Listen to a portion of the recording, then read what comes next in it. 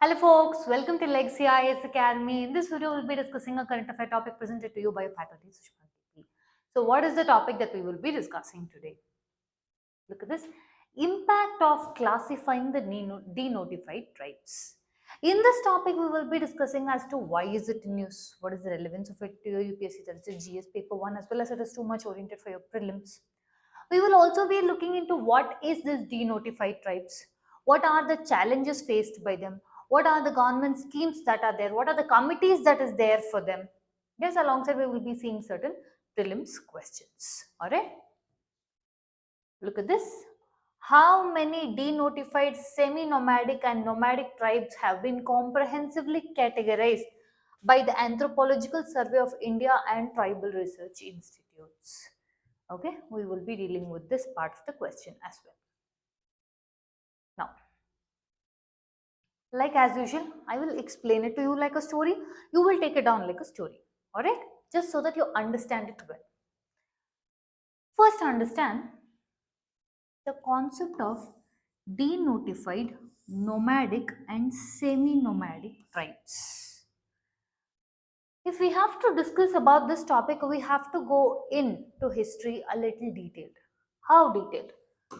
Back to your colonial times or your British, when they had colonized India, they had certain set of laws, rules and regulations which were draconian in nature.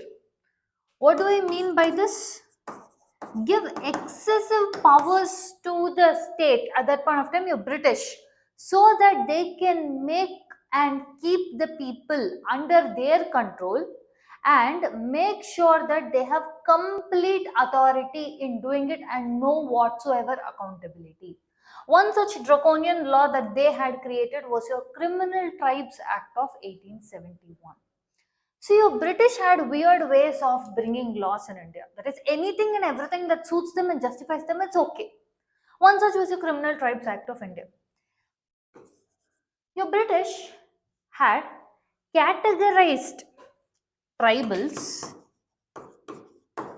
See, as the name itself says, tribals, nomadic people, where they keep moving from one place to another. They are not permanent settlers. So what they used to call that was, because maybe some people from that particular tribe would have committed some felony.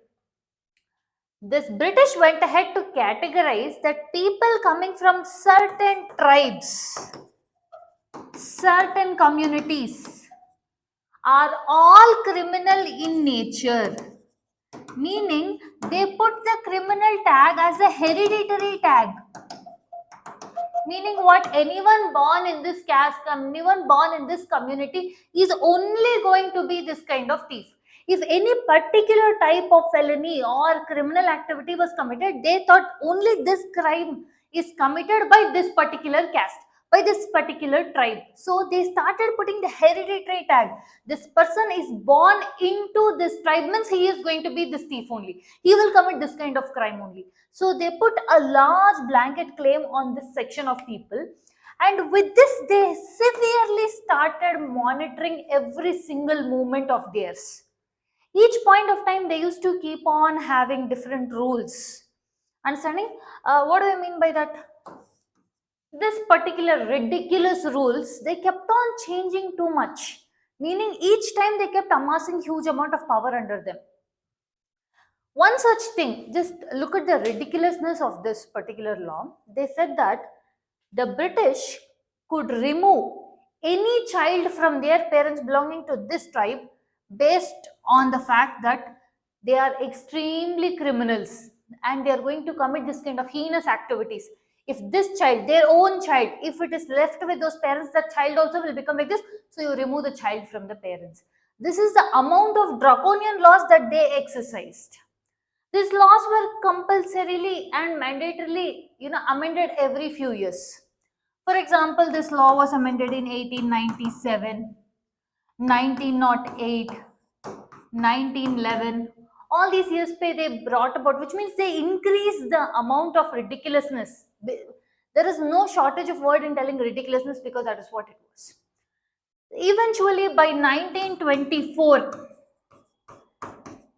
Pura for all of British India, they made it compulsory that yes, Criminal Tribes Act of 1871 is applicable to complete British India, or at least that is what they called it. This is the concept of your criminalizing tribes. Then what happened when India got independence? It decided that no, this is not right. You are not going to categorize an entire section of people for few people who would have committed this. You will not put hereditary tag on them. You will not claim this entire tribe is only going to be worthy of committing this crime only. So what happened was on 31st August in 1952, Government of India repealed Criminal Tribes Act of 1871. This day is celebrated as Vimukta Jati's Day, wherein they decriminalized, that is, they removed the tribes which were notified as criminals. Look at the words I'm using. They, initially, back in 1871, your British had notified certain tribes as criminals. 1952 India denotified these tribes and removed them from the ambit of Criminal Tribes Act, which means they removed them from this and they repealed this act. They removed this concept and denotified them from the Criminal Tribes Act. That is the name. Denotified nomadic and semi-nomadic tribes. Understanding? Now this looks like a very good thing. Yes, government came in, yes, it came in to do something good for the people. It tried to remove that kind of stigma surrounding around tribal people. But in place of this, they brought in something called as Habitual Offenders Act, which means someone who is in a habit of committing the same offense again and again. It somewhat looks like that, but at least one difference is it does not stigmatize or put an entire tribe as this tribe can do only this. Rather, here the burden is on an individual who commits the mistake rather than an entire tribe. This was repealed and in place this was brought in 1952. Here an entire tribe is given the burden that this tribe can do this mistake. Here only the individual carries the burden. Understanding? This is about your denotified, nomadic, semi-nomadic. Post India got independence, that is from 1947 onwards, multiple committees have been set up to make sure that many of these committees are denotified and they're classified as either belonging to your SC, ST or OBC, so that they can avail the welfare benefits from here as well as reservations.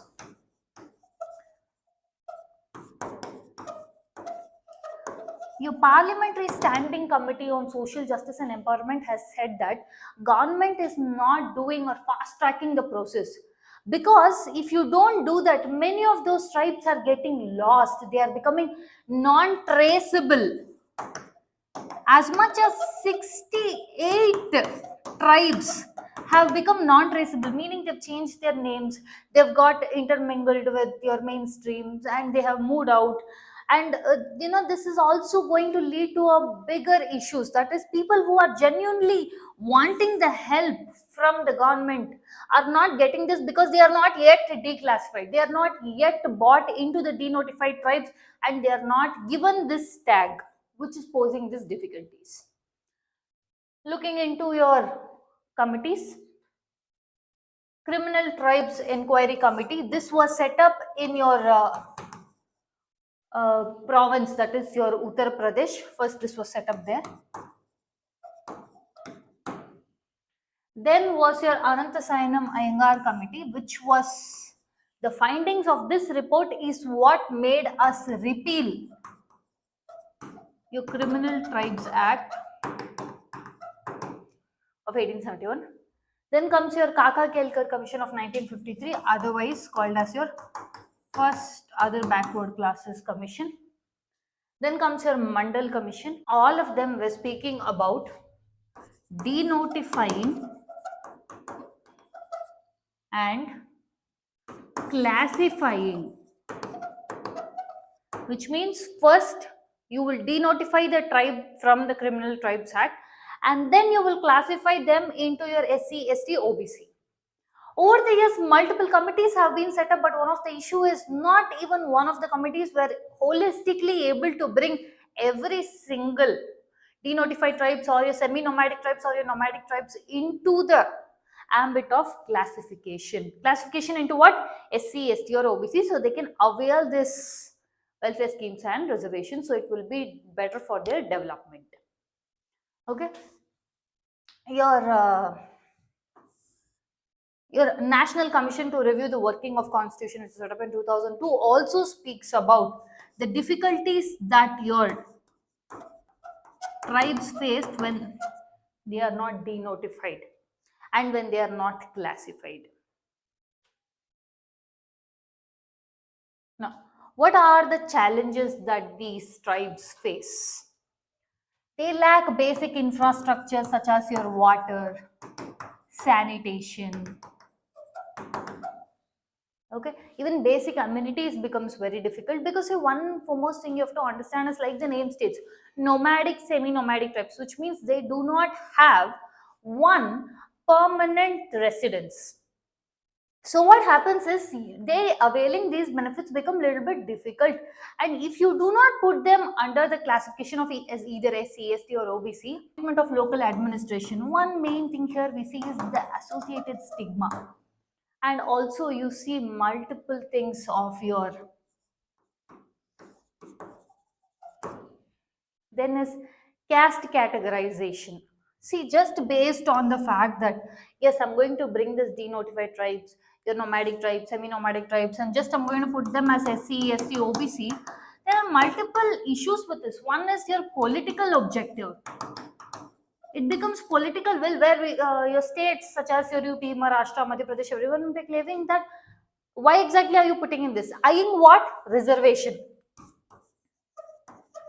Other section, okay, there is a separate section which claims that do not just put these tribes into SC, ST, OBC, but rather in the constitution itself create a separate schedule. They cannot be just put under this tag and be considered like everyone. They are from special circumstances. For example, you would have seen this word ethnographic, which means you collect information based on their social life, customs, etc., which is very different from your mainlanders. So you just putting them into this tag is not right. So you have to bring in a separate schedule is what certain recommendations of the commission state. Certain people are again putting the tag of reservation. Understanding? So there is political will also, there are your social and economic aspects also to be observed. Another thing is lack of social security cover like your ration card, Aadhaar cards, giving them your financial inclusion, all of this becomes a difficult. What are some of the developmental efforts done for them? First thing is look at this Dr. Ambedkar pre-metric and post-metric scholarships for denotified tribes, nomadic tribes, as well as your semi-nomadic tribes. For children coming from denotified tribes, but who are not availing benefits of SC, ST, OBC, certain denotified tribes, but they are not classified. Denotified but not classified under this. So those people ke liye this is important, and this scheme is one important thing is on education and scholarship, especially for girls. Understanding? Nanaji Deshmukh scheme for construction of hostels for DNT boys and girls. Again, same concept. For anyone not classified of SC, ST, OBC, denotified tribes, this is there. Schemes for economic empowerment of DNTs, now they have left it. Ministry of Social Justice and Empowerment has created Development and Welfare Board for denotified nomadic and semi-nomadic communities. Okay, this is the implementing. This has to overlook the implementation of schemes for your DNTs. Now we'll see a little bit in detail as to what is this Development and Welfare Board. See, this was brought in under your Societies Registration Act by your Ministry of Social Justice and Empowerment. This was brought in your 21st February 2019 under the chairmanship of B. Ramaji Dete. Okay. wherein he also claims that the more delay we do in denotifying and classifying,